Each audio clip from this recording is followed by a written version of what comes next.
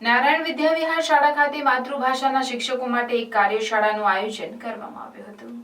નારાયણ વિદ્યાવિહાર શાળામાં માતૃભાષા ગૌરવ પ્રતિષ્ઠાન ગાંધીનગર અને ભરૂચ જિલ્લા શિક્ષણ અધિકારીના અંતર્ગત નારાયણ વિદ્યાવિહાર ભરૂચના સંયુક્ત ઉપક્રમે ભરૂચના શિક્ષણ જગતના માતૃભાષાના શિક્ષકો માટે એક કાર્યશાળાનું આયોજન કરવામાં આવ્યું હતું, જેમાં માતૃભાષા પ્રતિષ્ઠાન ગાંધીનગરના અધ્યક્ષ હર્ષદ શાહ દ્વારા શિક્ષકોને માર્ગદર્શન આપવામાં આવ્યું હતું।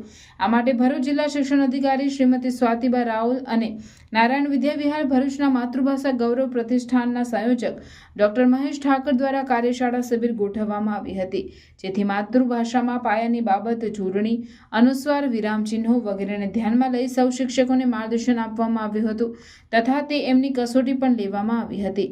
આ કાર્યક્રમ માટે 80 જેટલા શિક્ષકોએ રજીસ્ટ્રેશન કરાવી ઉત્સાહભેર ભાગ લીધો હતો। અનુસ્વાર ક્યાં આવે, જોડણી કયા શબ્દો જોડે લખાયા એવા બધા નિયમો લખાય। પછી નિબંધની નોટ કેવી રીતે ચકાસી ટીચરે કે જ્યાં વિદ્યાર્થીની ભૂલ થઈ હોય ને ત્યાં આપણે શું કરીએ છીએ, લાલ લાઈન કરીએ છીએ અને સાચી જોડણી બાજુમાં લખીએ છીએ। આ ટીચરે શું કર્યું હતું, લાલ લાઈન કરી નિયમ નંબર 3 જોવો, એટલે વિદ્યાર્થી નિયમ નંબર 3 જોવે, શું ભૂલ થઈ છે એ જાતે આવે એક જગ્યાએ જોઈ, આ કરવા જેવી છે।